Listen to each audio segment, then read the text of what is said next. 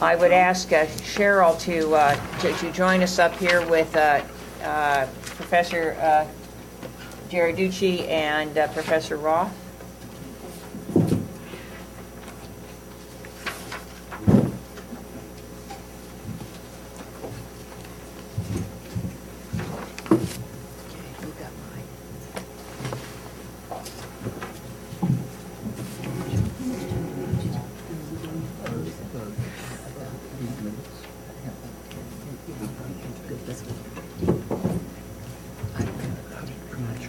Route. Good question. Sure.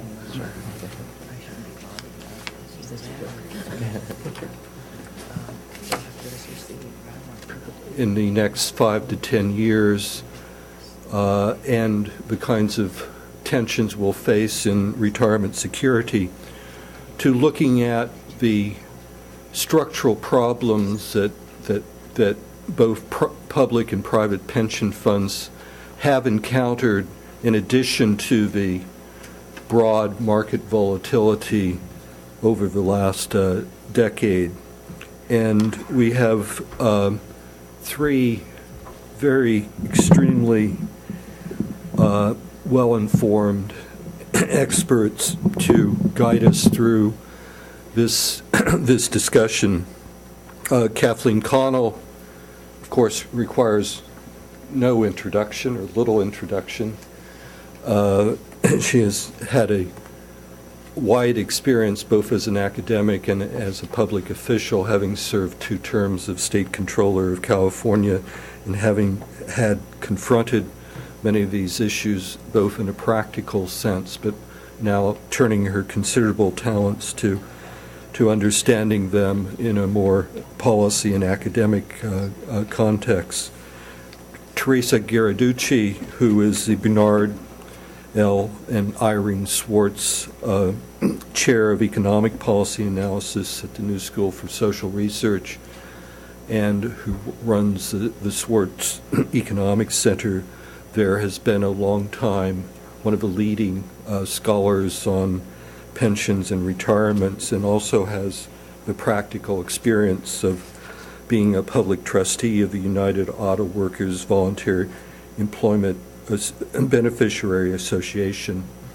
And Joshua Rao, who comes from who's an associate professor of finance at the Kellogg School of Management in Northwestern, who has probably done the most exhaustive studies of the current financial problems facing public pensions, and coming from also the state of Illinois, is acutely aware of the problems his home state faces. I think we will begin with Joshua. No, I start and then going through. Oh, okay, but isn't Joshua going to talk about the fiscal crisis within the pension program? I think we thought last night at dinner it would go better with the other rotation. Okay. But, I defer to the senior partner, Kathleen Connell. And it's Kathleen Connell up first. I apologize for misguided information. The reason we decided as academics to go in the rotation that we are is we're going from the theoretical to the practical here today, and we know each other and our work well, and we fortunately have shared papers with each other, so we could perhaps even give each other's presentations. In looking at the issue of pension liabilities, I wanted to really focus today on why we are where we are on this crisis at this point. I think that we need to recognize that a large measure of our angst about public pensions comes from the reality that we're seeing an implosion of the ability of pensions to achieve their projected rates of return.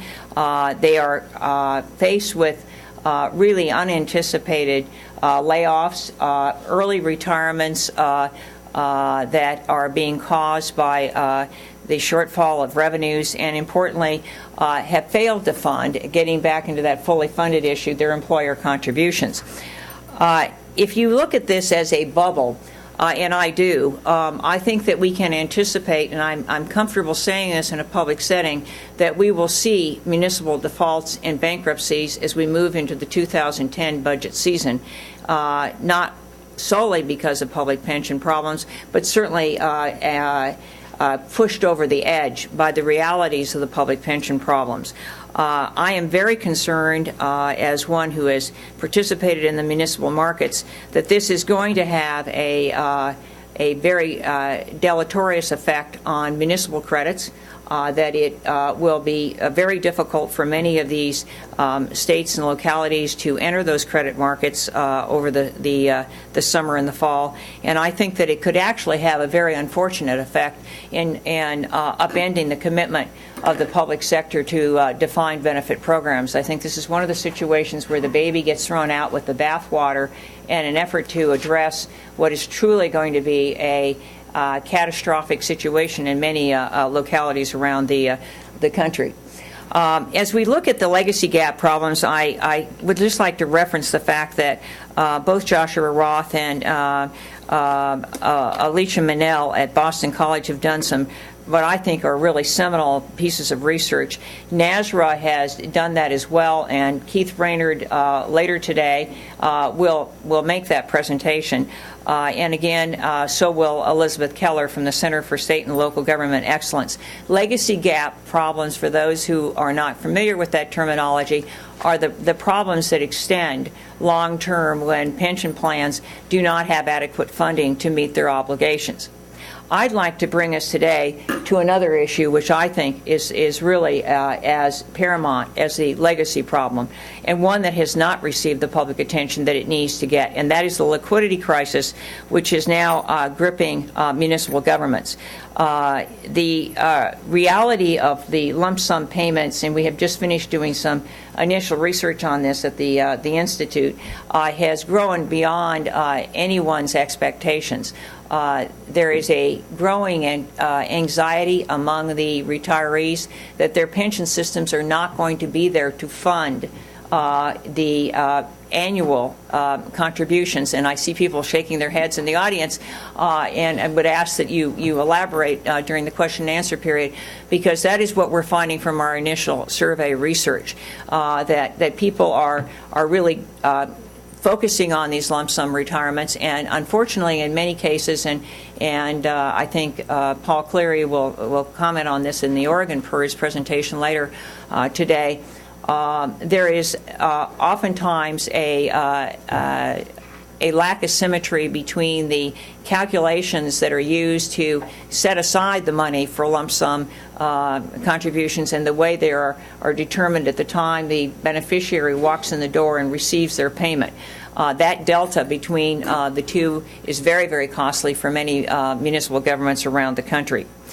As we look at trying to focus on why the liquidity crisis occurred and where we are, I thought it would be helpful, at least from my viewpoint, to cleanse myself of my bias, which has developed from my 8 years of being a trustee on PERS and STRS and seeing those funds operate, and to test the issues of what are the variables that are really impacting pension solvency.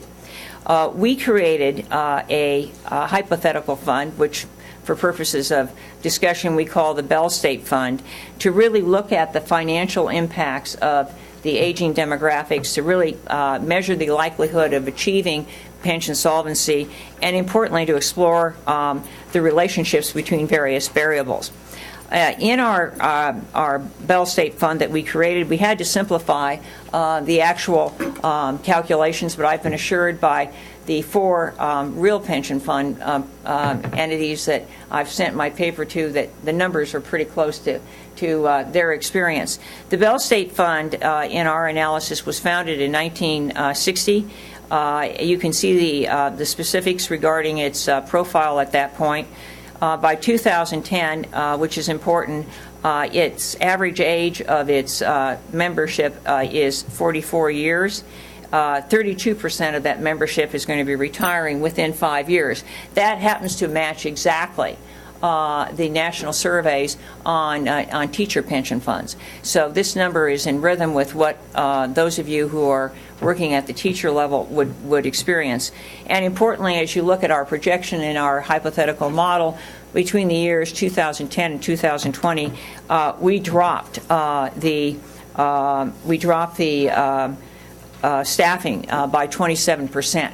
We did that because that is, again, what we think is going to be the reality as we move into a new format of municipal employment with shortened state and local revenues.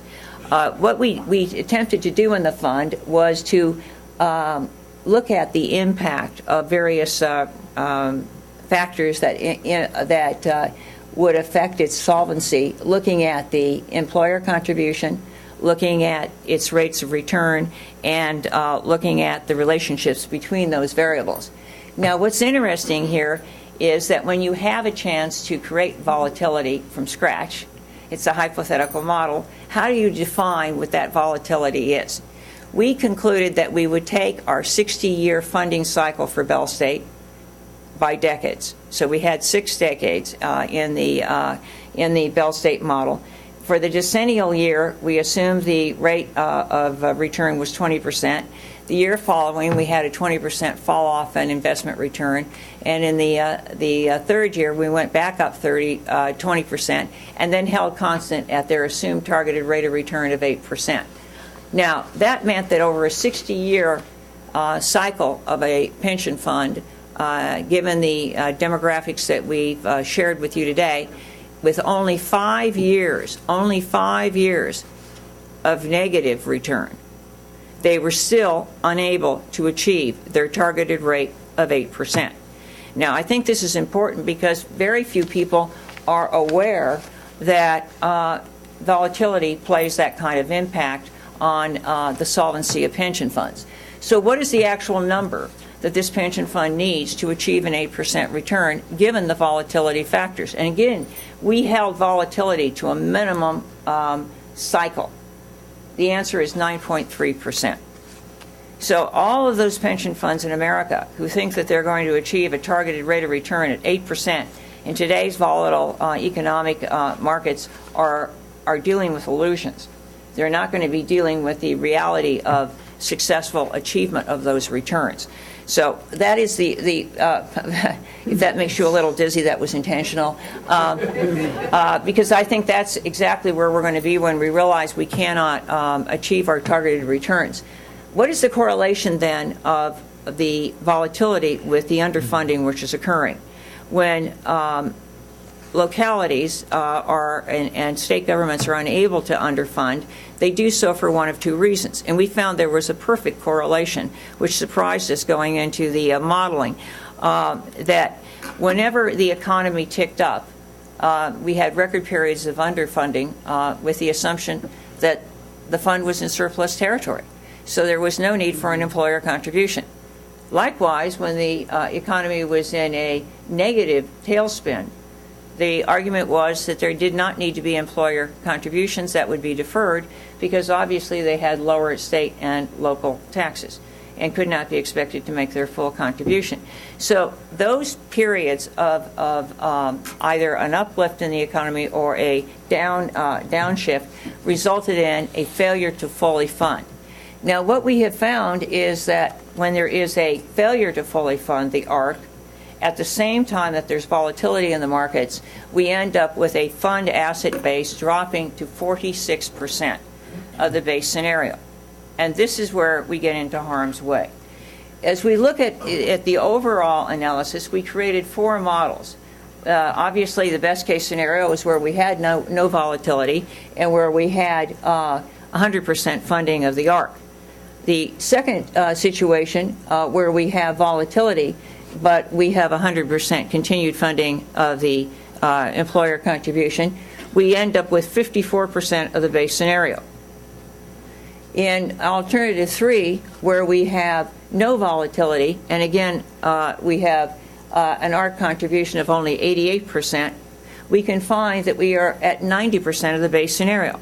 Now, this is surprising because for all the years that I sat on PERS and STRS, I was operating under a mistaken notion that failure to fully fund the employer contribution would rock the boat much more substantially than it does here.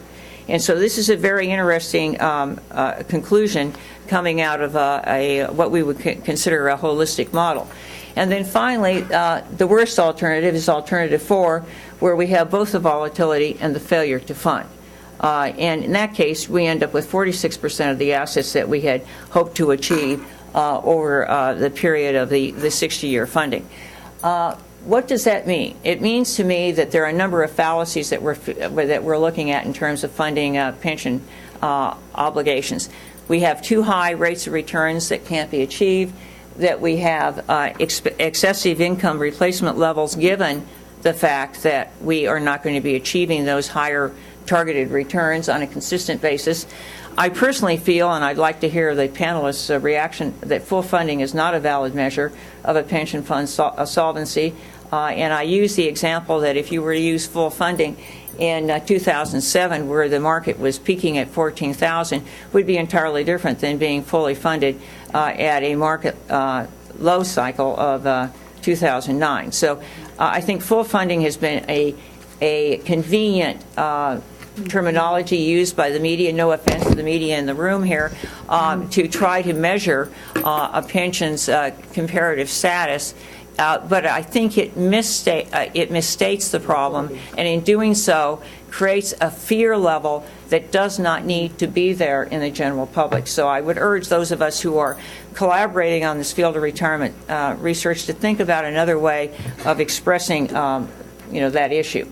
And then I would just like to suggest two novel ideas. Following that lead by my esteemed colleague from Santa Barbara, I am suggesting two ideas that should certainly be defined as thinking outside the box. Given the liquidity crisis which is facing pension funds today, where they have a volume of early retirements, a historic baby boom retirement purge in the systems, and unexpected layoffs, which are causing cash liquidity issues, I suggest that we try to find a way to drive new contributions to the funds, and I propose opening the membership of our public pension funds to civilian non-public employees, allowing them to have the access to the investment expertise of the funds, recognizing that they will not have a defined benefit system, that they will be allowed to invest their 401k or their personal savings with the fund, utilizing the much reduced management fee of the fund, which is, I think, extremely important for the 50% of the working Americans who do not have access to any employer-based program.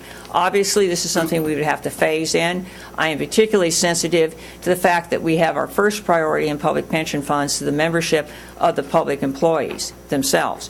But to the extent that we can accommodate, and there is additional capacity in most of these funds today, I think opening the membership to a broader group of Americans is very, very important recommendation, because it will help to defray a lot of the taxpayer angst that is out there regarding the generous pension benefits that are going to be supported by taxpayer dollars at a time when their own 401ks are really beleaguered.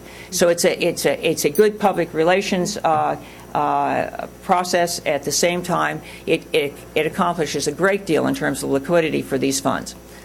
I have listed some of these issues here. I just want to point to the bottom line here. When I was doing some writing for my weekly column, I was always asked the question, does it matter what I pay in fees? And I want to tell you it does. You better bet it does. And I put this number up here today not for this audience so much as it's something that I always want to remind myself how very vital it is. And this is why I'm willing to go out on the line here as a hopefully respected leader in this field and ask that we consider open membership. Because if you can guarantee another 5 to 7 years of retirement security for people in America who are very anxious about how they're going to fund their future years, I think it is something worth considering.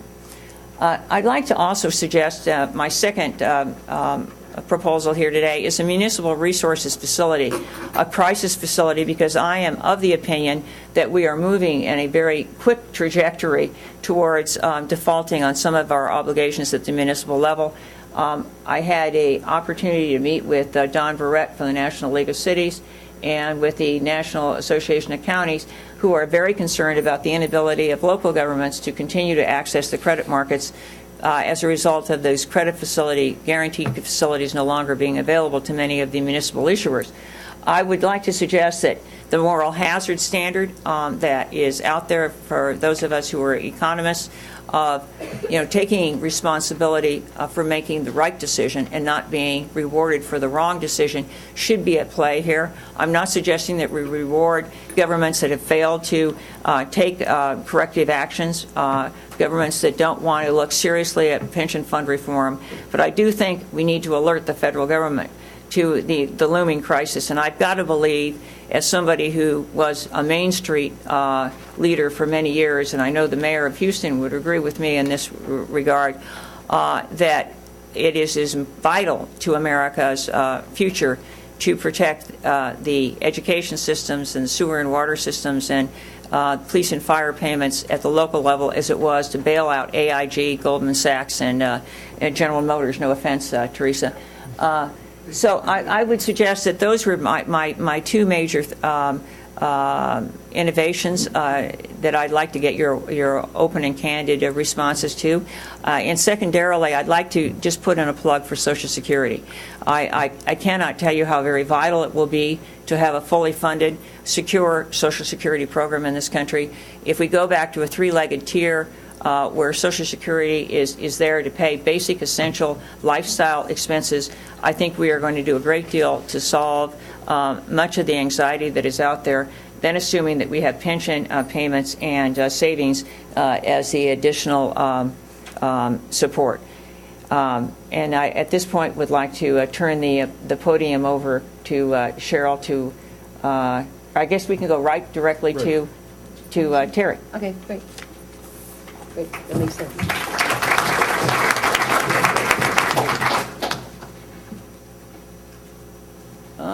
Where is our IT person? I can do it. You ready to?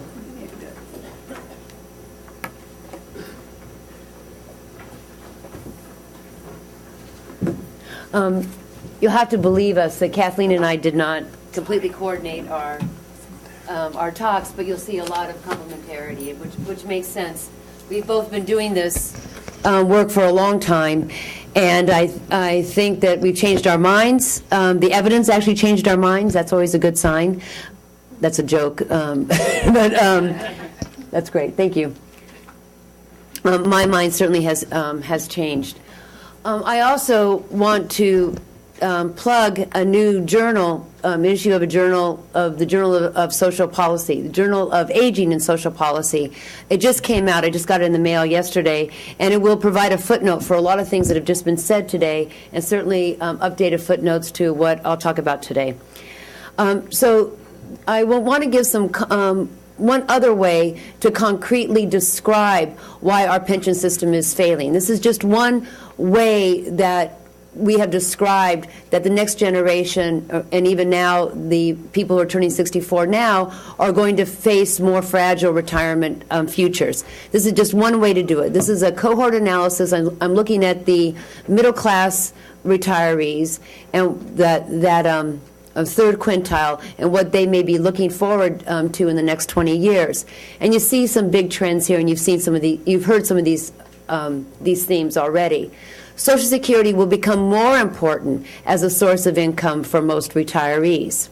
All right, that's the good news. The bad news, and this is going to be a theme throughout, is that health care costs will also go up. For that, Social Security benefit will increase, but the payments to the health care that's not covered by Medicare, that's not covered by supplemental insurance, and the premiums for those things will actually take a bigger bite. The second big trend, and this is actually the protagonist in my talk today, is the employer system, is that it's failing. It is waning as a source of retirement income security, and it's certainly waning as a source of secure retirement security. So this screenshot here shows you that it's expected, that tier of voluntary support coming from the employer plans is expected to be a smaller portion of retirement income. What's lost here in this two-dimensional picture is that it's also becoming a more unreliable source of income, so that volatility is not reflected here. Third, what's replacing it? Earnings. And this was a forecast done last year. We have now entered a recession in which the elderly, despite the wishes that employees could just last a little bit longer in the labor market or work a little bit longer, the news here is that working is not just the choice of an employee, it's also the choice of an employer and conditions of the macroeconomy. We are now seeing, and this is in Wenger and Reynolds' paper here, is that the recession and the lack of pensions has caused more involuntary unemployment among people over age 55, more involuntary part-time unemployment among people who are over 55, and there is an impact on younger workers, though much less direct and less easily measured. The fourth issue is also something that is in the literature, and that's that assets that are not related to Social Security earnings or projected earnings from human capital or from employer pensions are also not filling the gap of that lost tier of support. And this doesn't even include housing. We are now seeing that the elderly and the upcoming elderly have depended a lot upon having home equity to count on. Many fewer elderly have their houses paid off when they retire. They have second mortgages, and that has become a source of income and security that's become more fragile. Another key character in my talk and in my analysis is what's happening to the indirect federal support for retirement security. We in the United States depend a lot upon our tax code to deliver social benefits. We do it indirectly by incenting things that we want people to do, to provide their social insurance and to provide all sorts of community benefits. We subsidize to a much larger extent home ownership. We subsidize through the tax code and indirectly personal savings in retirement accounts. These are no less support for federal, no less support for retirement that's coming from the federal government, though it's more hidden. So what I'm showing you here in this graph is the increase in the tax subsidies for IRAs and 401ks and 401k. Those are the up lines. And then on the bottom line, you're actually seeing what it's done to personal savings. So the tax subsidies for savings has gone up, while personal tax rates have gone down. Certainly a perverse effect of Congress's intent. And if Congress only knew that as they subsidize more and more savings, the savings rate has gone down, they would do for this part of the federal budget, they should do for all parts of the federal budget that gives tax breaks for social benefits, which is to say, hey, are these tax breaks effective? Are they efficient? Are we getting the most bang for our buck? And are they fair? I mentioned this and sort of language here on this slide because this should be a big issue for the Deficit Commission. All the hidden tax expenditures and tax revenue we lose through the tax code that are promoted by lobbyists that are a very big source of entitlements. If you have $1 million house, you get entitled to the tax break. If you have a big 401k plan, you're entitled to the tax break. If you have capital gains and you pay a special rate on that, you're entitled to that tax break. This is a form of entitlement that is not going to be, sadly, inspected thoroughly by the Deficit Commission, and it should. So I'm now going to move to something echoed by two speakers before me, is that the financial fragility of the retirement system is well known, especially in this recession, especially because of the crash in the financial markets and the lingering suspicion that those financial markets are going to work. So the public does want reform. I'm actually startled by the results of this one poll. We all know that minimum wage is very well supported. We've had a national debate about health insurance, and we agreed. It was a big fight, but we did agree that everybody should be covered. But the support for the government's role in guaranteed retirement security is even stronger than those two areas.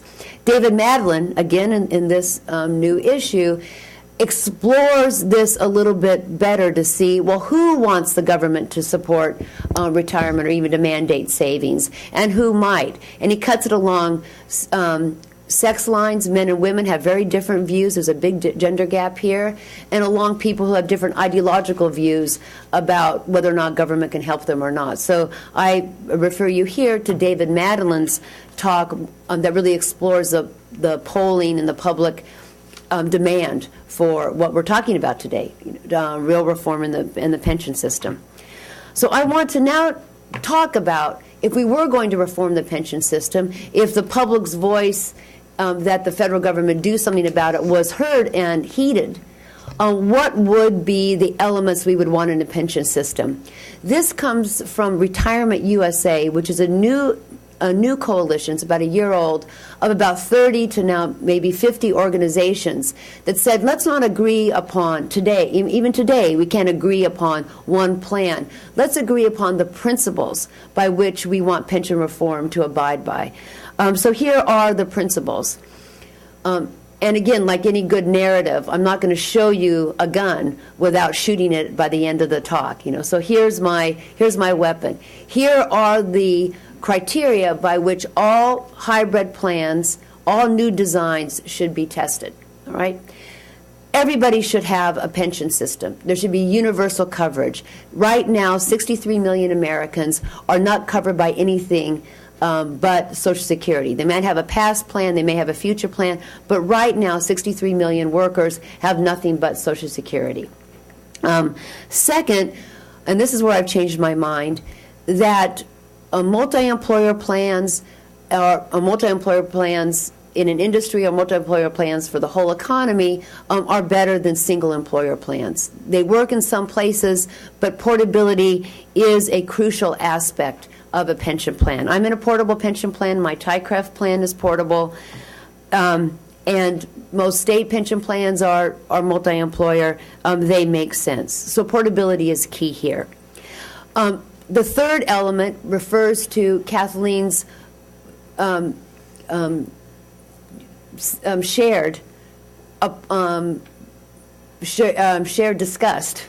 I won't even use a milder word, even though I searched for it, at the high fees charged to people who have individual plans. It just robs them of retirement years and robs them of returns.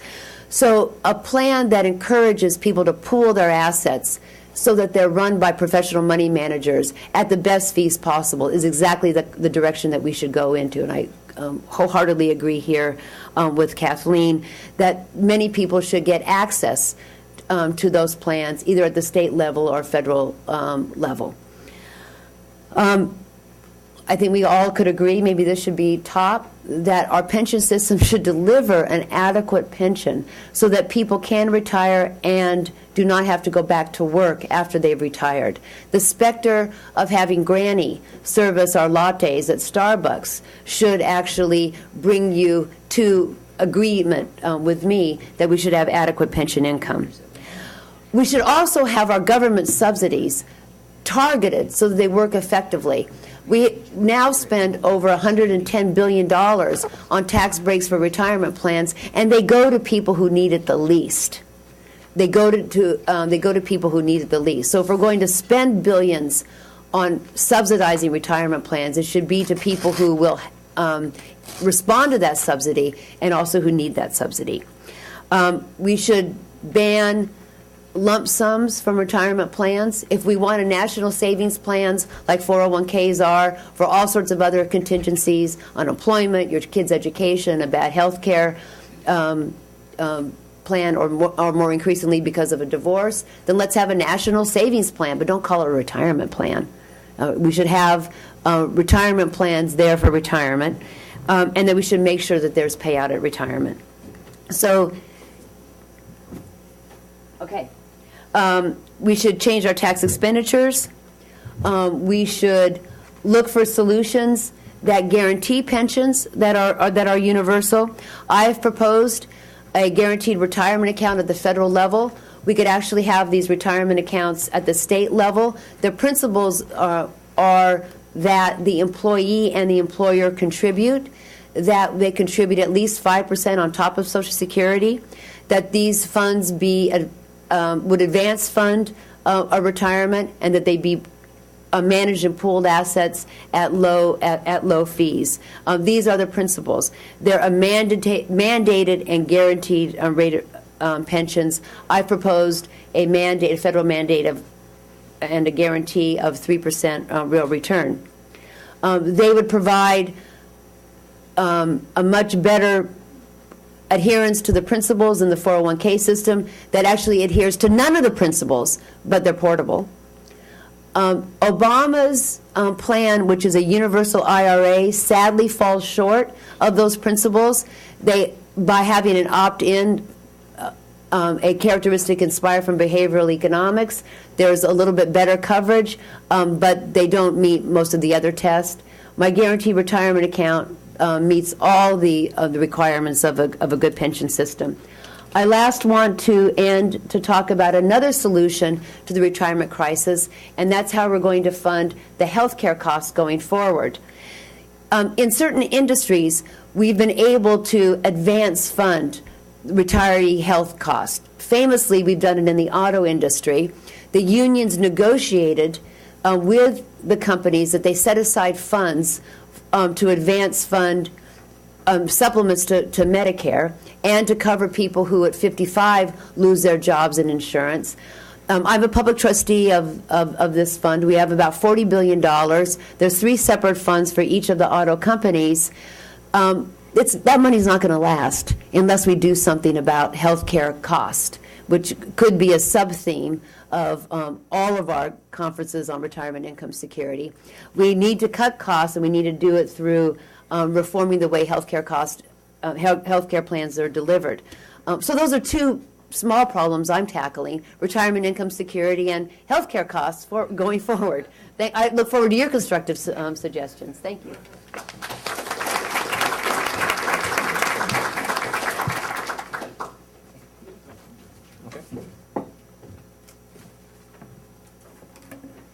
Oh, sorry. Yeah, there you go. Yeah, sorry about that. It's on the desktop? Yeah, exactly. Yep.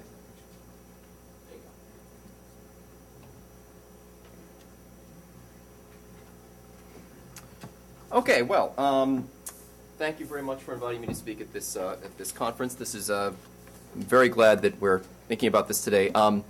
My topic today is why the federal government should be worried about state and local pension liabilities. And quite simply, let me just put it this way. You know, state governments are making financial promises that they cannot possibly keep. And the bills are coming due sooner than most people realize. And I believe that we are at risk of another major national financial crisis if something is not done within the next several years to remedy this situation. So let me talk a little bit about my research on this, and then I'm going to propose a plan. If there's an intern who'd like to distribute copies of my slides, they are up here. I think people might be interested in looking at them. Maybe someone could help out. Thanks. Okay, so many states are in deep trouble. Without policy changes, many state governments, state pension funds are going to run dry in 10 to 20 years.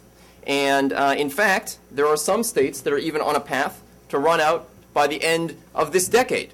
And let me tell you about how we derived those assumptions. We took assumptions that were, or how we derived those estimates. We took assumptions that are roughly consistent with the recent past.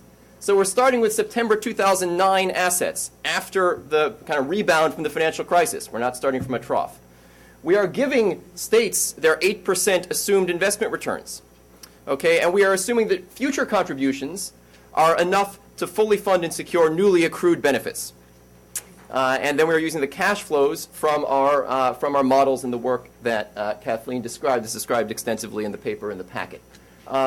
Well, under these assumptions, here's what we found. Okay, so my home state of Illinois is going to run dry. Their pension fund assets are going to run dry in 2018. There are 7 states that will run dry by the end of the year, fiscal year 2020, 20 by the end of 2025, and 31 states by the end of 2030. This is what I would describe as an unsustainable situation. Let me talk a little bit about just a couple of examples. In Illinois, okay, let's look at it. The main 3 funds, the teachers, the state employees, and the university funds, if you sort of pool these together, these will run out in 2018.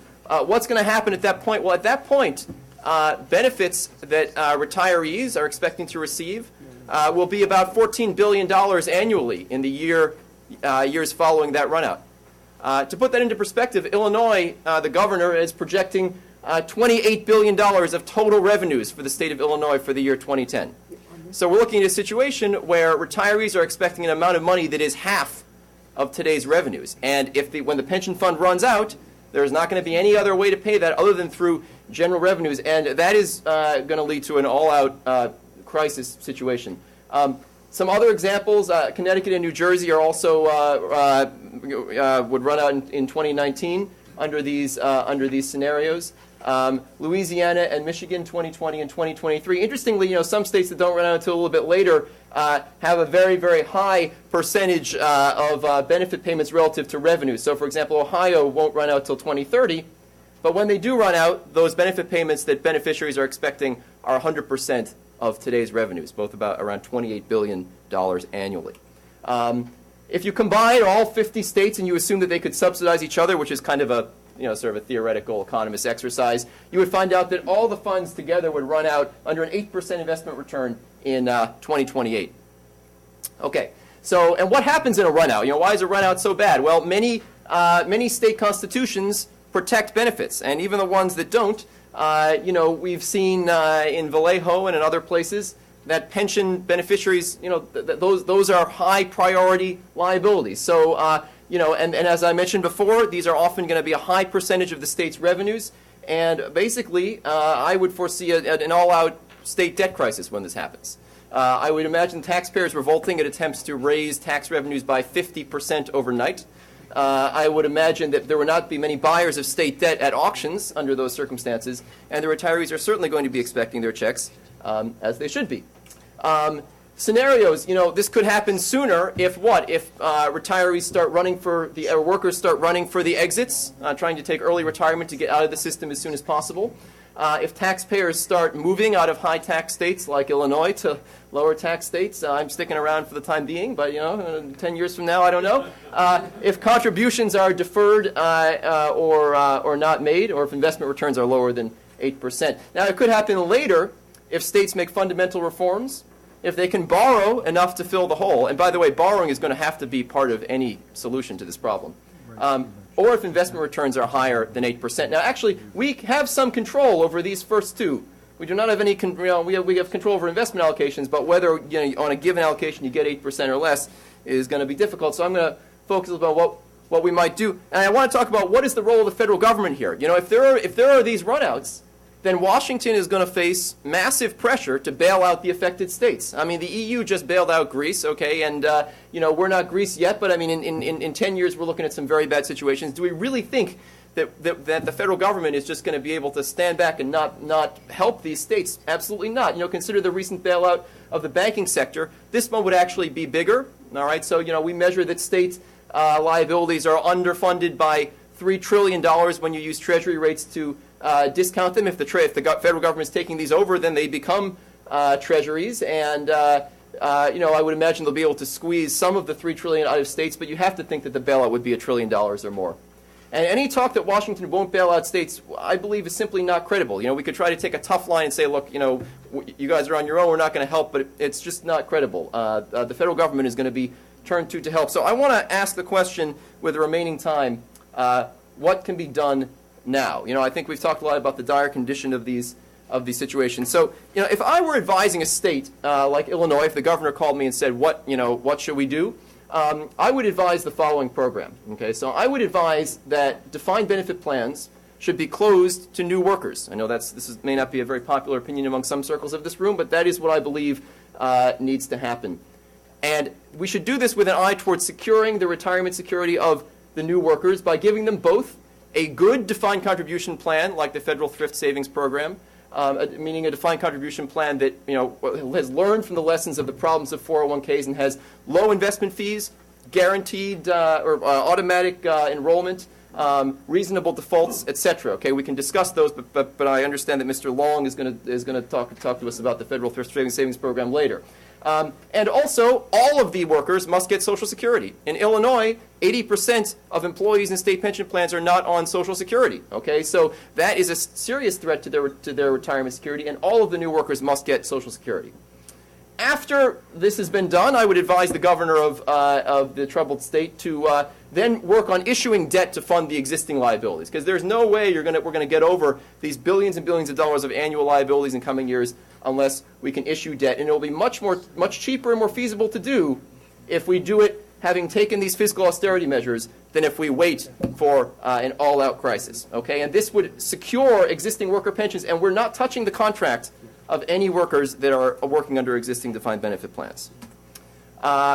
Proposed federal program. Okay, so again, I think the federal government needs to worry about this because I think we are looking at major federal liabilities for a bailout. And so the proposal that I'm making here is that the federal government should enact a program that gives states incentives to embark on those very reforms that I just mentioned on the previous page.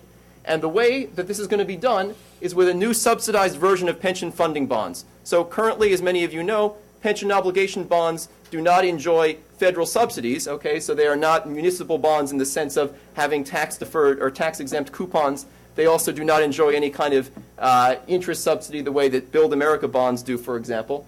I'm proposing a new program for pension security bonds where states, the federal government would give states 35% direct interest subsidy for pension security bonds, meaning pension just the new version of pension obligation bonds, for 15 years. Okay, so what this means is that pension funding requirements could be met with these new bonds that would be subsidized at 35% if the state takes 3 specific austerity measures. And these are really very similar to the measures that I've already proposed. Number 1, close the defined benefit plans to new workers and not start any new defined benefit plans for 30 years. Number 2, make exactly the actuarially required contributions for the existing defined benefit plans using these pension security bonds. And number 3, include all new state workers for 30 years in Social Security, plus a good DC plan, defined contribution plan, namely a thrift savings plan spinoff set up by the federal government. Okay, so that we could avoid the pitfalls of defined contribution plans otherwise. How much is this program going to cost?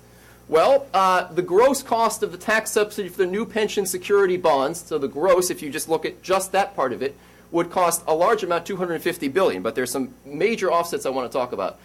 Where does $250 billion come from? Well, the ARCs over the next 15 years we estimate to be about $1.0 trillion. And if states are issuing 30-year bonds, then the 35% tax subsidy works out to about $250 billion. Okay, if they were issuing perpetual bonds, it would be $350 billion. So that's going to cost $250 billion. But the fact of the matter is that this program puts Social Security on a more secure footing. And one thing that I'm very much in agreement with about what has been said previously is the importance of Social Security and the fact that Social Security is a good program that is not nearly in as much trouble as just about any of these other programs we're talking about. The difference between Social Security now and Social Security that is on a actuarially completely sound basis is 2% of payroll total. That's something we can work with, okay? So how does this plan work with Social Security? We're bringing all new workers who would previously have been going into state defined benefit pension plans into Social Security.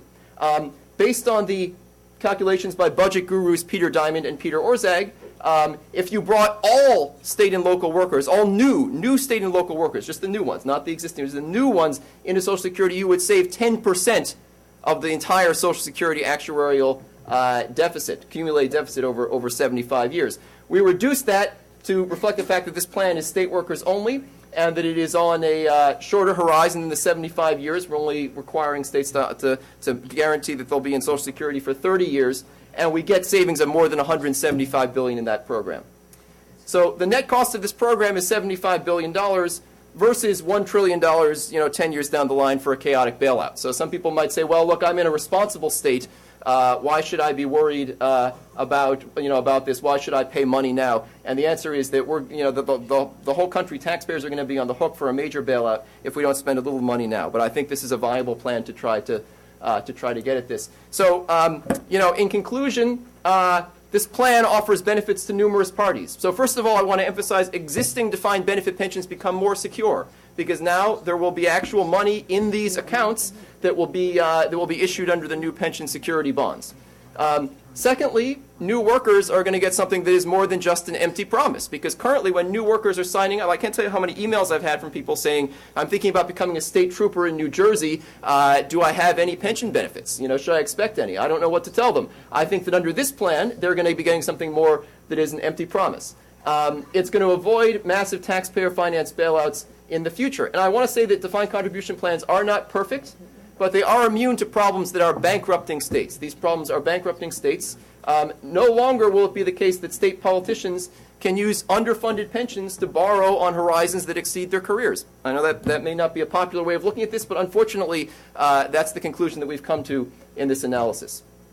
So in conclusion, I went through this kind of quickly, but you have the slides in front of you. We're proposing today that the federal government act today to get states to address these problems by putting these incentives in place, and that will put us on a more sustainable path for the future. Okay, thanks very much.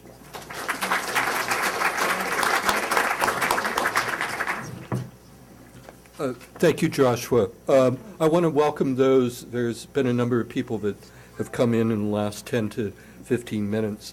I just want to tell you, you missed a tremendous panel with some very important ideas. And just to briefly recap, Kathleen Connell had a number of very important recommendations for opening up public pension plans to the broader public, which will both help the liquidity and solvency, but also greatly reduce the fees and the cost of individual retirement accounts for individuals, and also a proposal for a resolution authority to help ensure the future solvency and management and workout of any public pension crisis.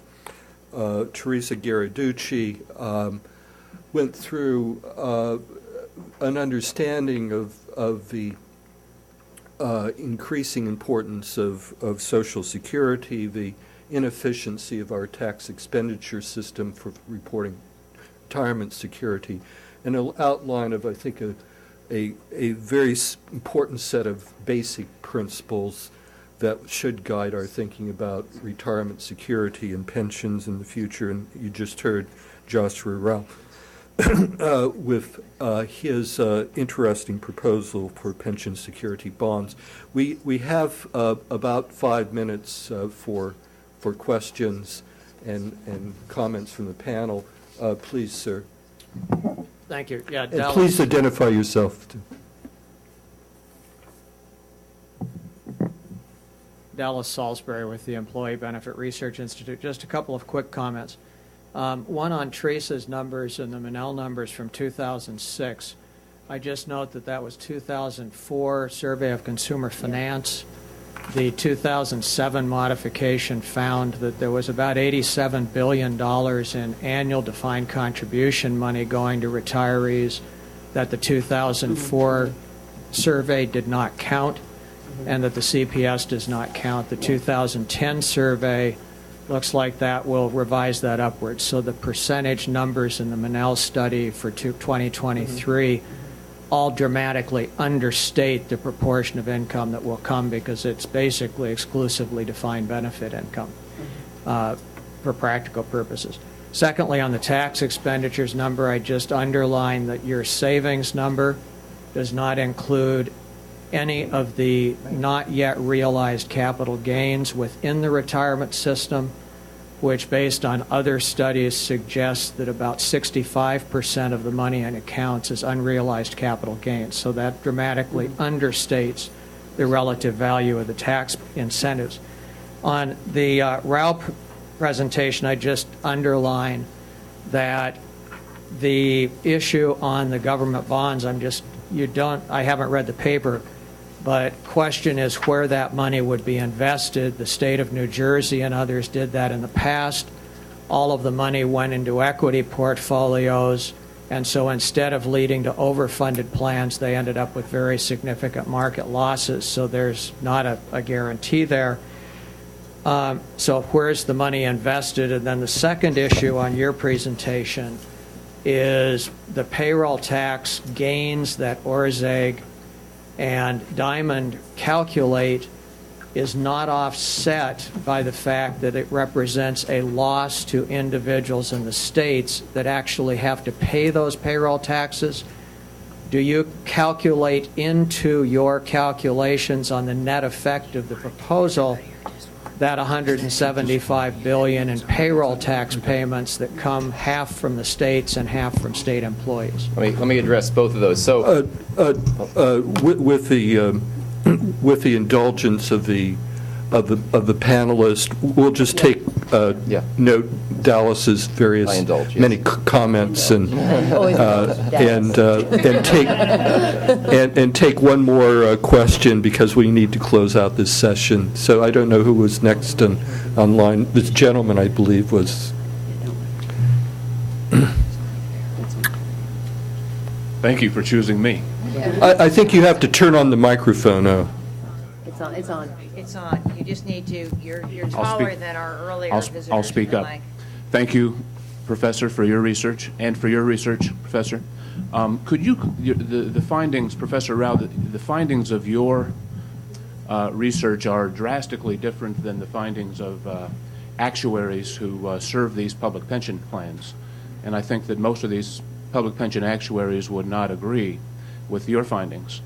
Not that your findings are necessarily wrong or invalid. There's just a very wide gap between what they have found and what you're finding.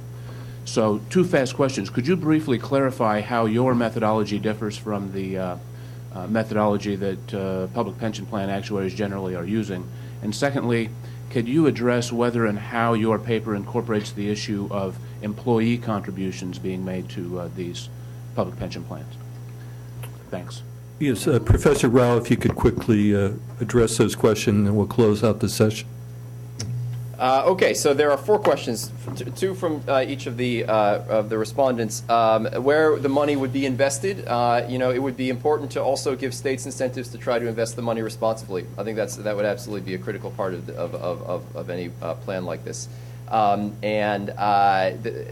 terms of the quote unquote loss to the individuals and the states, part of where the money is coming from is that, if CalPERS, for example, opted into the system, they could not offer plans that cost 40% of payroll, like the California Highway Patrol plan cost 40% of payroll in 2009. Instead, the plan would cost, the Social Security 12.4% of payroll, and a defined contribution plan that is 9% of pay. So some savings is coming from the fact that the states that opt in will not be offering new employees plans that cost massive shares of payroll. So that's to those questions. Regarding our conclusions relative to the actuaries, what we do in this is we model the prospective cash flows that come out, and we do so in such a way that allows us to separate out the different kind of actuarial concepts. What we do is we measure just liabilities that are accrued up until today. We estimate the cash flows out based on all the demographic information that we can get from the reports, and these are the findings that we have. As for the issue of employee contributions, the run-out assumptions are about they're based on the idea that the states will be using future contributions to guarantee and fully secure all future accrued benefits. So that is the way that we're treating employee contributions. Now, if we were to treat employee contributions in a different way, to say that employee contributions today are just going to go to pay off the benefits of the existing workers, and they're not going to secure the retirement of the actual people who are paying them in other words, we're going to admit that these things are Ponzi schemes, then they would last for a little bit longer, but they would be more sure to run out at some point. So it would extend the time period, but it would raise the probabilities of run out dramatically. Thank you. I want to thank all 3 speakers, and for this excellent session. And if the